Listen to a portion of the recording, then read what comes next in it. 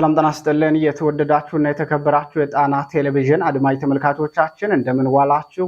የታህሳስ 17 ቀን 2018 ዓ.ም የምሽት ጣና ዜናችን ተጀምሯል። ዜናዎቹን እየመራው አማራ ሰፋ አብራችሁ ቆያለሁ። በቅድሚያም አርዕስተ ዜናዎቹን እናስቀድማለን። አንተ ግን ያንን ሁሉ ሰራዊት አስጨርሰ ከኛ ጋር ካራምቡላ ስትጫወት አታፍርም? ይህንን የውርደት ስድብ የተሰደቡት የብልጽግናው ሰሜን ምስራቅ እዝ ዋና አዛዡ ጄኔራል አሰፋ ቸኮል ናቸው። ጄኔራሉን የዘለፏቸው ደግሞ አንድ የኦሮሞ ተወላጅ የሆኑ የስርዓቱ ከፍተኛ መኮንን ናቸው። የሰሜን ምስራቅ እዝ የብልጽግናው ሰራዊት በፋኖ ከሚደርስበት ተደጋጋሚ ዱላ በዘለለ እርስ በርሱም እየተገዳደለ መሆኑ ታውቋል። ወሎ ቤት አማራ ላይ የብልጽግናውን ሰራዊት የእርስ በርስ መገዳደል ዜናችን በቀዳሚነት ያስደምጣችኋል። የሸዋ ምድር በፋኖ ድል ደምቆ ውሏል። በይፋትና ጥሙጋ አውራጃ የተገኘውን የፋኖን የተጋድሎ ውሎ የገለጸው የፋኖ መሪው በስቦ መምታት ወታደራዊ ስልት አየር ወለድ ኮማንዶውን መተነዋል ብሏል። ዜናችን ዝርዝር አሰናድቶበታል።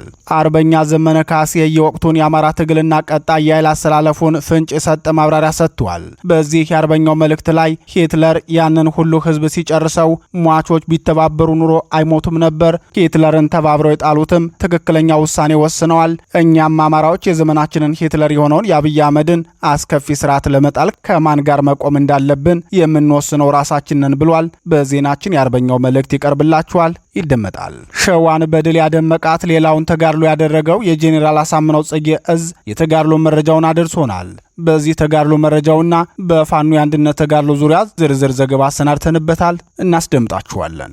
ብልጽግና ለመጀመሪያ ጊዜ ወዳጆቹ መንከባከብ ጀምሯል። ይህንን በማድረጉ ደግሞ የአማራ ህዝብ የሉና ትግል ሰንኮፎች ወደ ብልጽግና መግባታቸው ለትግላችን ጥቅሙ ብዙ ነው ሲል የፋኖ መሪው ተናግሯል። ይህን የተናገረው የፋኖ መሪው ማን ነው የሚለውን ከዜናችን ታገኙታላችሁ።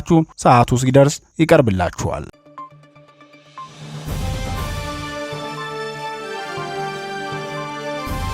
የተወደዳችሁና የተከበራችሁ የጣና ቴሌቪዥን አድማጭ ተመልካቾቻችን እነዚህንና ሌሎች የግንባርና የትንታኔ ዘገባዎችን ይዘናል።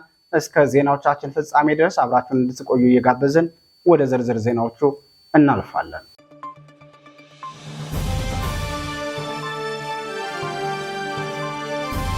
ወደ ቀዳሚው ዜናችን አመራን። የብልጽግና ሰራዊት እርስ በርሱ ተገዳደለ። በአማራ ህዝብ ላይ ለዘር ማጥፋት ተልዕኮ የተሰማራው የብልጽግናው ሰራዊት ወሎ ላይ እርስ በርሱ መገዳደሉ ታወቀ። ለብልጽግናው ሰራዊት የእርስ በርስ መገዳደል ምክንያቱ ደግሞ በስምሪት አፈጻጸም ላይ በተፈጠረ ስህተት አለመተማመን በመፈጠሩ መሆኑ ታውቋል። በጄኔራል አሰፋ ቸኮል የሚመራውና በርካታ ሰራዊቱ የተበላበት የብልጽግናው ሰሜን ምስራቅ እዝ ሰራዊት ትናንት በሰሜን ወሎ ዞን በአማራ ፋኖ ብሔራዊ ኃይል አጼ ምኒልክ እዝ አንሻ ክፍለ ጦር ብርቱ ምት መመታቱን ተከትሎ የመረጃ ማዛባት ስራ የሚሰራ ከመካከላችን አለ በማለት እርስ በርሱ ተኩስ መክፈቱን የጣና ቴሌቪዥን ወታደራዊ ምንጮች ተናግረዋል። ያን ሁሉ ወታደር አስጨርሰ ከኛ ጋር ስትጫወት አታፍርም ወይ በሚል የነገር ሽንቆጣ በወታደራዊ አዛዦች ዘንድ የሚተረቡት ጄኔራል አሰፋ ቸኮል እሳቸው የሚመሩት ጦር ከፍተኛ ኪሳራ የደረሰበት ሲሆን ከቅርብ ጊዜያት ወዲህ ደግሞ እርስ በርሱ ወደ መገዳደል መግባቱም ታውቋል። የአማራ ፋኖ ብሔራዊ ኃይል አጼ ምኒልክ እዝ የደጋው መብረቅ ኮር አንሻ ክፍለ ጦር የብልጽግናውን ሰራዊት እንቅስቃሴ ተከታትለው ባደረሱበት ጥቃት ከፍተኛ ቁጥር ያለው ሰራዊት እርምጃ ሊወሰድበት ችሏል። ይህን ተከትሎ ነው የብልጽግናው ሰራዊት ካምፕ ውስጥ እርስ በርሱ የተገዳደለው ሲሉ ወታደራዊ ምንጮቻችን ተናግረዋል። የብልጽግናው ምክትል ኤታማዦር ሹም የጄኔራል አበባው ታደሰ አብሮ አደግና የልብ ወዳጅ የሆኑት ጄኔራል አሰፋ ቸኮል እሳቸው የሚመሩት ጦር ተደጋጋሚ ሽንፈትና ውድቀት እያስተናገደ መሆኑን ተከትሎ በወታደራዊ አዛዦች ዘንድ ለግምገማ መቀመጣቸው ተሰምቷል። ይህ በእንዲህ እንዳለ በዚህ ወሎ ቤት አማራ ቀጠና ካላ ኮርማ ክፍለ ጦር ራያ ቆቦ ሮቢት ከተማ ዙሪያ ከ40 በላይ የብልጽግናውን ሰራዊት ሙትና ቆስለኛ በማድረግ 12 ክላሽንኮቭ የነፍስ ወከፍ መሳሪያ ከብልጽግናው ሰራዊት መረከብ ችሏል። ምስራቅ አማራ ኮር 2 ካላ ኮርማ ክፍለ ጦር ከረፋዱ ጀምሮ እስከ ምሽት ድረስ ራያ ቆቦ ሮቢት ከተማ ዙሪያ በተደረገ ተጋድሎ ስርዓቱ የፕሮፓጋንዳ ውሸት ለማስተጋባት ህዝብን በአዳራሽ ሊሰበስብ ያደረገውን ጥረት በውጊያ ያስቀሩት ሲሆን በውጊያውም ካላ ኮርማ ክፍለ ጦር 12 ክላሽንኮቭ መሳሪያ 1500 የብሬንና 500 የክላሽንኮቭ ተተኳሽ እንዲሁም 10 የወገብ ትጥቅን ጨምሮ ሌሎች ወታደራዊ ቁሳቁስና 3 የጠላት ሰራዊት በፋኖ እጅ ገብተዋል። በዚህ ተከታታይና ብርቱ የፋኖ ምት የተበሳጨው የስርዓቱ ሰራዊት የተለያየ ከባድ መሳሪያ እያስወነጨፈ በንጹሃን መንደር እያሳረፈ በሰውና በእንስሳት ላይ ጉዳት እያደረሰ እንዲሁም ቤትና ንብረት እያወደመ ይገኛል ሲል የአጼ ምኒልክ እዝ ቃል አቀባይ ክፍል አስታውቋል።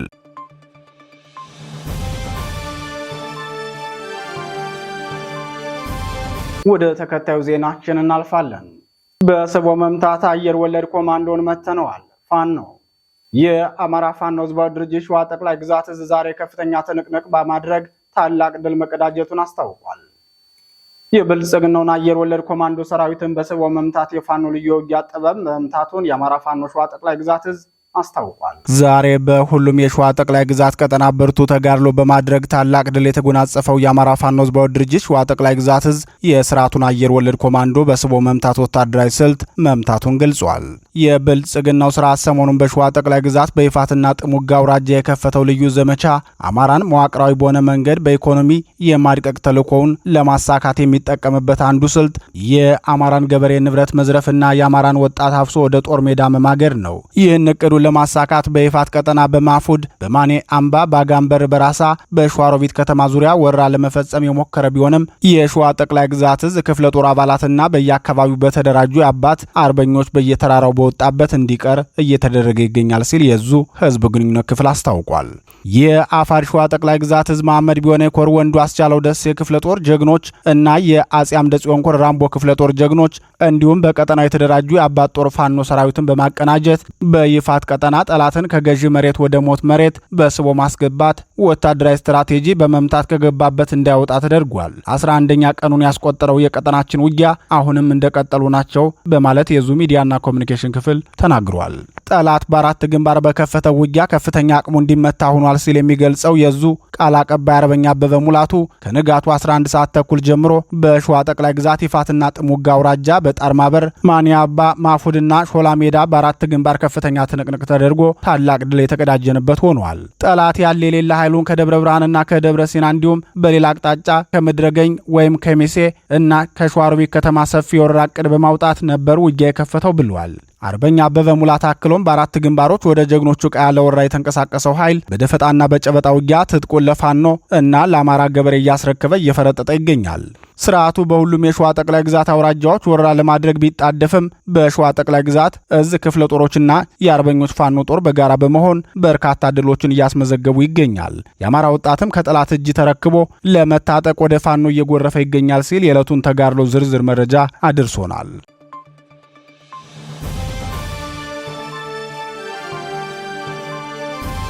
ዜናዎቻችን እንደቀጠሉ ናቸው። የአብይ መጨረሻ እንደ ጆሴፍ ጎብልስ ነው። አርበኛ ዘመነ እንደ ህዝብ ከማን ጋር መስራት እንዳለብን በጥንቃቄ አስልቶ የመወሰን አቅሙም መብቱም አለን። ማንም ርዕዮተ ዓለም ጽፎ ሰጥቶን የፖለቲካ ፕሮግራም አስጠንቶን ወደ ትግል አልገባንም። ዘመኑን ዋጅተን የነቃንም ያነቃንም የተደራጀንም ያደራጀንም የታጠቅንም ያስታጠቅንም እኛው ራሳችን ነን። የጠላትን አከርካሪ የሰበርነው አንድ ዲሽቃ 5 ሚሊዮን ብር አንድ የድሽቃ ጥይት 500 ብር ገዝተን ነው ሲል አርበኛ ዘመነ ካሴ ገለጸ።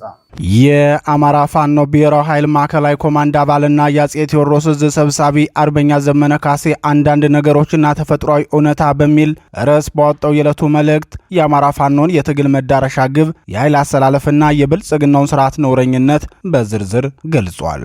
የጋራ ጠላት ያላቸው ኃይሎች ቢተባበሩ ተፈጥሯዊ ነው ሲል መልእክቱን የሚጀምረው አርበኛ ዘመነ ካሴ የዘር ፍጅት የገጠመው ህዝብ ዓላማውን ሳያመቻምችና ጥቅሙን አሳልፎ ሳይሰጥ ከሌሎች የሩቅና የቅርብ ኃይሎች ጋር ቢተባበር ተፈጥሯዊ ነው።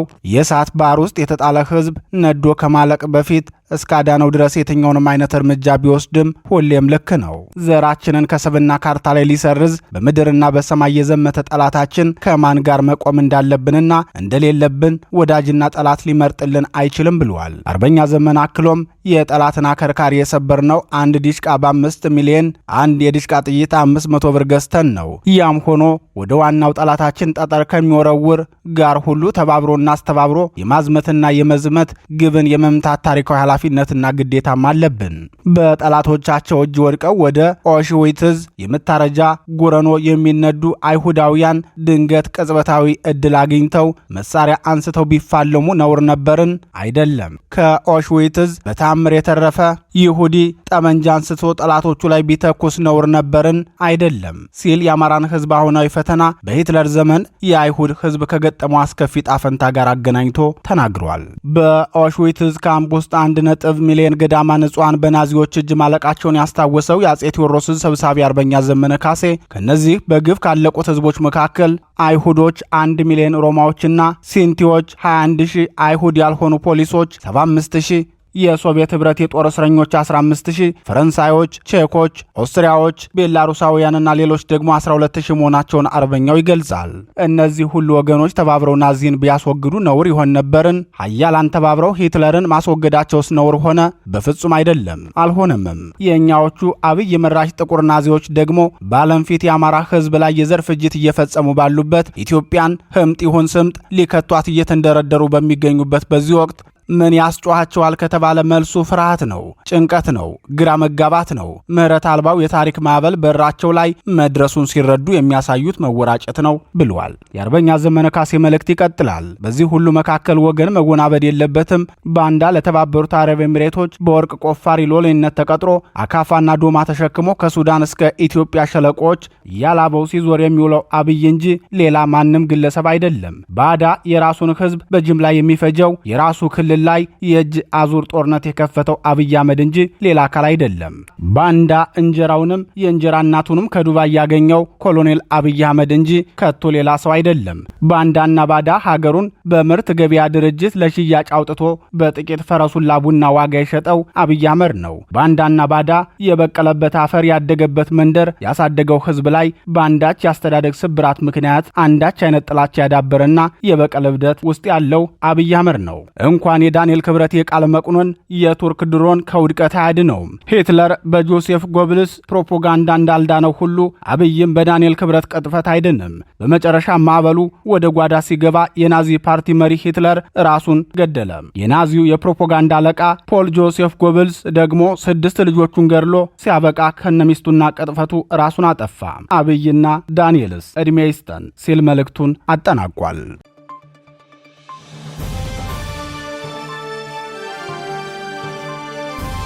ክቡራትና ክቡራን የጣና ቴሌቪዥን አድማጭ ተመልካቾቻችን የታህሳስ 17 ቀን 2018 ዓ.ም የምሽት ጣና ዜናችን አሁንም እንደቀጠለ ነው። ምርጫችሁ ስለምታደርጉን እናመሰግናለን። ከአዲስ አበባ ዙሪያ የፋኖ ታላቅ ድል። የአማራ ፋኖ ብሔራዊ ኃይል ደቡብ አማራ ቀጠና ሳምነው እዝ አጼ ዘርዓ ያዕቆብ አንደኛ ኮር ለ7 ክፍለ ጦር ቃኞች በብልጽግናው ሰራዊትና በባዲ ሚሊሻ ኃይል ላይ በከፈቱት ጥቃት ድል ተቀዳጅተዋል። ድሉ የተገኘው በኤፍራታና ግድም ወረዳ ፈረድ ውሃ ቀበሌ ካምፕ ባደረገው የባዲ ሚሊሻና የብልጽግና ወታደር ላይ መሆኑን የዙ ቃል አቀባይ አስታውቋል። መብረቃዊ ጥቃት በመፈጸም ከከባድ እስከ ቀላል ቆስለኛ በማድረግ የአማራን ሕዝብ የመኖር ነጻነት በነበልባል ክንዳቸው አስከብረዋል ሲል የገለጸው የአፋባ ጄኔራል አሳምነው እዝ አጼ ዘርዓ ያዕቆብ አንደኛ ኮር የህዝብ ግንኙነት ኃላፊ አርበኛ ማረ ታዘዘ እርምጃ ከተወሰደባቸው በተጨማሪም ያሳምነው አናብስቶች በወሰዱት እርምጃ መስፍን እሸቱ ከሌመን ቀበሌ፣ ተረፈ ገብሬ ከፈረድዋ ቀበሌ፣ ቻለው ዘነበ ፈረድዋ ቀበሌ፣ አጥላው ሸቴ አላላ ቀበሌ እና በድሉ አላላ ቀበሌ ከባድ ቆስለኛ ሆነዋል ብለዋል። የህዝብ ግንኙነቱ የአማራ ፋኖ ብሔራዊ ኃይል የጄኔራል አሳምነው ጽጌ እዝ ተወርዋሪዎች በአማራ ህዝብ ላይ የጦር ወንጀል ለመፈጸም በዘመተው የብልጽግናው ስርዓት ተልዕኮ አስፈጻሚ ብአዴን ላይ ብርቱ ክንዳቸውን አሳርፈውበታል። ይህን የፋኖ ክንድ መቋቋም የተሳነው የብልጽግናው ሰራዊት ንጹሃንን በማፈን ሴቶችን በመድፈር በከተማና በገጠር የሚኖረውን ህዝብ በአስገዳጅ ሁኔታ እያሰቃየ ይገኛል ሲል ተናግሯል። አማራ የሚባል ትውልድ በአማራ ግዛትና በመላው ኢትዮጵያ እንዳይኖር ቆርጦ ተነስቷል ሲል የብልጽግናውን ስርዓት የገለጸው አርበኛ ማረ ታዘዘ በተለያዩ የሚዲያ አውታሮች ባሰማራቸው ጀሌዎቹ የክፋትና የወንጀል አድማሳቸውን አስፍተው የጥላቻቸውን ጥግ እያሳዩን ይገኛሉ ብለዋል። የአማራ ፋኖ ብሔራዊ ኃይል ጄኔራል አሳምነው ጽጌ እዝ አጼ ዘርዓ ያዕቆብ ኮር አንድ ቃል አቀባይ አርበኛ ማረ ታዘዘ ሲቀጥልም ይህን የሞተ ስርዓተኛ የአማራ ፋኖች አባቶቻችን ባወረሱን የትግል ስልት ጥበብና ለህዝብ አደራ በመታመን አንድያ ነፍሳችንን ለአማራ ነጻነት እየሰጠን በተለያዩ የአውደ ውጊያ ቦታዎች እየመከተንና እየተፋለምን የበላይነት እየወሰድን እንገኛለን ሲል ገልጿል። የአማራ ህዝብ ህልውናው በአማራ ፋኖ አሸናፊነት ላይ የተመሰረተ መሆኑ ይታወቃል። ለፋኖ አሸናፊ መሆን ደግሞ ሁለት መሰረታዊ ቁልፍ ነጥቦች ናቸው። እነሱም አማራዊ አንድ አታጋይ ድርጅት መመስረትና ለትግል የሚታመን ከብረት የጠነከረ ወታደራዊ ዲሲፕሊኑ የጠነከረ ሰራዊት መገንባት ናቸው። በእነዚህ መንገዶች የሚደረግ ትግል የአማራን ህዝብ ህልውና ከማስጠበቅም ባለፈ የሀገረ መንግስቱን ስርዓት አስተካክሎ ስርዓትን መገንባትን የሚያስችል አቅም አለው። በፋኖ አንድነት ጉዳይ አሁናዊ የጄኔራል አሳምነው እዝ ያለውን አቋም አርበኛ አማረ ታዘዘ ሲገልጽም ከትናንት ይልቅ ዛሬን በአንድነት አክብረን በመስራት ይህን ጸረ አማራና ሀገር አፍራሽ የሆነ የብልጽግና ስርዓትን ለመቅበር እየታገልን ነው። የአማራን ህዝብ ቤቱ ድረስ መጥቶ ለመግደል ጦር ያዘመተውን የስርዓቱን ሰራዊትና የባዴንን ሚልሻ የማያዳግም እርምጃ በመውሰድ የአማራን ህዝብ ክብርና ህልውና እናስጠብቃለን ሲል የፋኖን የትግል ጽናት ለዓላማ መታመንና ለአንድነት ያለውን ዝግጁነት ተናግሯል።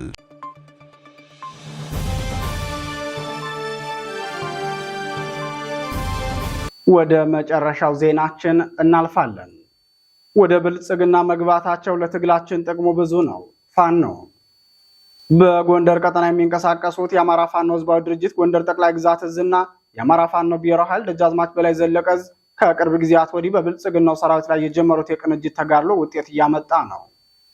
የአማራን ህዝብ የሉና ትግል ይዞ ወደ ጫካ የገባውን ፋኖን ለማስጠላትና ከህዝብ ለመነጠል በወንጀል ውስጥ እንዲሰማሩ ስርዓቱ በላካቸው ሌቦችና አጋቾች ላይ የተጠናከረ ዘመቻ መጀመራቸውን ተከትሎ ወንበዴዎቹ ወደ ስርዓቱ መግባታቸውን ለትግላችን ጥቅሙ ብዙ ነው ሲል የፋኖ አመራሩ ገልጿል። የአፋድ ጎንደር ጠቅላይ ግዛት እዝ ጄኔራል ፈንታ በላይ ክፍለ ጦር ቃል አቀባይ አርበኛ አቤል አስማረ ለጣና ቴሌቪዥን በሰጠው ማብራሪያ ስርዓቱ ተልኮ ሰጥቷቸው ሰርገው በመግባት ኋላ ቀር መሳሪያዎችን በመያዝ ህዝባችን ሲያንገላቱ፣ ወጥቶ ለመግባት ስጋት ላይ እንዲወድቅ ሲያደርጉ፣ ሲያግቱ፣ መኪና ሲያቃጥሉ የነበሩ የትግላችን ሰንኮፎች መግባታቸው ለትግሉ ትልቅ ጥቅም አለው ብለዋል። በተለያዩ አቅጣጫ የነበሩ በፋኖ አደረጃጀት ውስጥ ያልነበሩ ነገር ግን ክራይ ሰብሳቢ የነበሩ ለኪሳቸው የወጡና የብልጽግናን ተላላኪ ሆነው የቆዩ የብልጽግናን ተልኮ ሲፈጽሙ የነበሩ አካላቶች ውጭግራም ወጨፎም አብራሮም የተለያየ መሳሪያ ቃታ ብረቶችን እያያዙ ህዝባችን ሲያንገላቱና በተለያየ ቦታ ህዝብን እያገቱ መኪናን እያገቱ እያቃጠሉ የነበሩ ለራሳቸው ለጥብስና ለጃምቦ መጠጫ የሚሆን ገንዘብ ሲሰበስቡ የነበሩ አካላቶች ያው ብልጽግና በተቆጣጠረባቸው አንዳንድ ቦታዎች ላይ ይሄ ኬላ ቦታዎች ላይ ብልጽግና ሲቀመጥባቸው ለአማራ እንዳልወጡ ተልኮም የአማራን ህዝብ ተልኮ ሊፈጽሙ ያልወጡ አካላቶች ስለሆኑ በዚህ አጋጣሚ ያው የተለያየ ሂሳባቸውን እና ኪሳቸውን ከሞሉ በኋላ ወደ ብልጽግና ይቅርታም እያሉ በመግባት ከሱ ጋር ለመስራትም አሁንም በተለያየ አቅጣጫ መስመርም እየመሩ ነው የሚገኙት። ሆኖም ግን እነዚህ አካላቶች በፋኖ አደረጃጀት ያልቆዩ ነገር ግን ውስጥ ለውስጥ አፋባ ሲይዛቸው ወደ አፋድ ሲይዛቸው ወደ አፋብ እያሉ የቆዩ አካላቶች ናቸው። የአማራ ህዝብ ወይም የአማራ ፋኖ ህዝባዊ ድርጅትን ያለዛ ደግሞ የአማራ ፋኖ ብሔራዊ ኃይልን ተልኮ ሊፈጽሙ ያልወጡ የአማራ ስቃይ ሰቆቃ ያልገባቸው አካላቶች ተኩላዎች እንደሆኑ ነው የሚያሳየው። አርበኛ አቤል አስማራ አክሎም እነዚህ ወንበዴና ዘራፊዎች ወደ ላካቸው መመለሳቸውም ሆነ ወደ ተለያየ አቅጣጫ መሄዳቸው ለፋኖ ትግል ትልቅ ፋይዳ እንዳለው ገልጾ እነዚህ አካሎች የአማራ ህዝብ መከራ ገብቷቸው የተደቀነበትን የህልውና ችግር ተረድተው የወጡ ሳይሆኑ ስርዓቱ ተልኮ ሰጥቷቸውና የግል የጥቅም ጥያቄያቸውን ለማርካት የወጡ ናቸው። እነዚህ አጋችና ዘራፊዎች በመውጣታቸው የተሰማን ደስታም ትልቅ ነው። አሁንም ይህንን አይነት ትግሉን የገቢ ምንጭ አድርገው የገቡትን ለማስወገድ አማራው የፋኖ አንድነት በፍጥነት እንዲመጣ ሁሉም አመራር የበኩሉን ይወጣ፣ አባሉም መሪዎቹን አስጨንቆ መጠየቅና መጎትጎት አለበት ብሏል። በአማራ ህዝብ የህልውና ትግል ውስጥ የዘራፊና አጋች ኃይል የሚፈጽመው ወንጀል የአማራን ህዝብ ለከፋ ስቃይ እየዳረገው ሲሆን በፋኖ ትግል ላይም አሉታዊ ተጽዕኖውን ሲያሳድር መቆየቱ ይታወቃል። እነዚህ ወንበዴዎች ወደ ብልጽግና መግባታቸው ለትግሉ ከፍተኛ ጠቀሜታ እንዳለው የገለጸው አርበኛ አቤል አስማረ በአንድነቱ ጉዳይ ሲናገርም ያው እነዚህ አካላቶች ወደ ይቅርታውም ሆነ ወደ ተለያየ አቅጣጫ መሸሻቸውና ጥጋቸውን መያዛቸው ለአማራ ፋኖ ትልቅ አስተዋጽኦ አለው ብዬ አምናለሁ። ምክንያት ምንም አላማ የላቸውም። ተልኮም የአማራ ህዝብን ነፃ ለማውጣት አይደለም የወጡት። ወደዚህ ቦታ የሚመጡ እንደዛ አይደለም።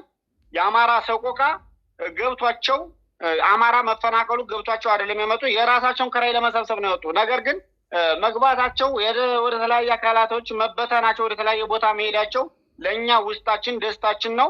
ለምን ምርትና ግርዱን የምንለይበት ትግል ስለሆነ ትክክለኛ እነዚህ ወደ ጠላት ይተኩሳሉ የሚለው ነገር ከምንም የሚጠጋ ወሬ ስላልሆነ እነዚህ አካላቶች የወጡበት ዓላማ ሌላ ስለሆነ እንደውም እንደኔ አስተያየት ብልጽግና ባለበት እና በተቆጣጠረባቸው ቦታዎች ላይ ብልጽግና ያው ኮንፊደንሱና እንትኑ እምነቱ ስለሌለው ነው እንጂ ሳምንት 2 ሳምንት ቢይዝ እነዚህ አካላቶች ጥርት ብለው ወደዛ መግባት ስለሚችሉ የአማራ ፋኖ በአንድ ልቦናና በአንድ ስትራቴጂ መዋጋት ይችላል የሚል እምነት አለኝ። ይህ ትልቅ ለኛ ደስታችን ነው። ወቅቱ ምርትና ግርዱ የምንለይበት አቅጣጫም ስለሆነ ልክ እነሱ ቢገቡልን እስካሁን ድረስ ከአፋባ ውስጥ ሆነው ሲያግቱ፣ ሲገሉ፣ መኪና ሲያቃጥሉ የአፋባ ድርጅቱን ሲያስወቅሱ ኑረዋል።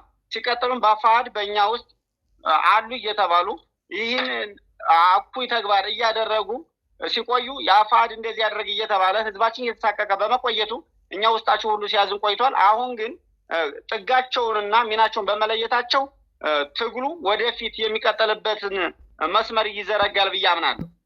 እንደ አማራ ፋኖ ሁሉም የአማራ ፋኖ ሁሉም በአንድነት አሁን አንድነቱ የሚሰራው አቅጣጫ ደስ ይላል። ነገር ግን በመዘገይቱ ምክንያት ነው ብዙ ነገሮች እየተፈጠሩ ያሉት። ብልጽግናም ይህን ነገሮችን እያንጠለጠለ ነው። አሁን ትንሽ በቃ ማለት ገደል ላይ የነበር ዛፍ ሊወድቅ የነበር ዛፍ እያንሰራራው ነው በሚል አንዳንድ ነገሮችን እየሰራ ያለው አንድነቱ ቢፈጥን ወደ አንድነቱ ብንመጣ በተለይ ከላይ ያሉ አመራሮች ወደ አንድነቱ ብንፈጥን አሪፍ ነው።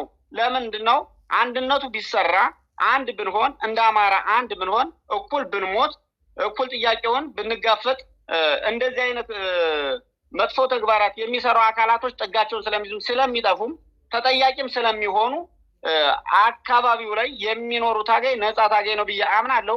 በዚህ አቅጣጫ ግን አመራሩ የሆነ ነገር ሲል ትልቅ ሚና ያለው አባሉ ስለሆነ አባሉ እምቢኝ አሻፈሪ ማለት ይችላል። አንድነትን አመራሩ ወደ አንድነት መምጣት የሚችለው አባሉ ነው። አባሉ እምቢኝ ማለት አለበት። አንድነት ለኛ ጥንካሬያችን ነው፣ ኃይላችን ነው ብዬ አምናለሁ።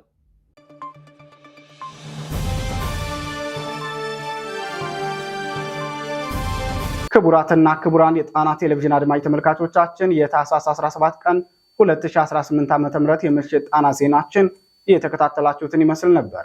ዜናዎቹን እየመራው አማራ ሰፋ አብራችሁ ቆየው። የጣና ቴሌቪዥን የዩቲዩብ ቻናል አማራጮቻችን ሰብስክራይብ በማድረግ በቋሚነት ወዳጅ እንድትሆኑ እንጠይቃለን።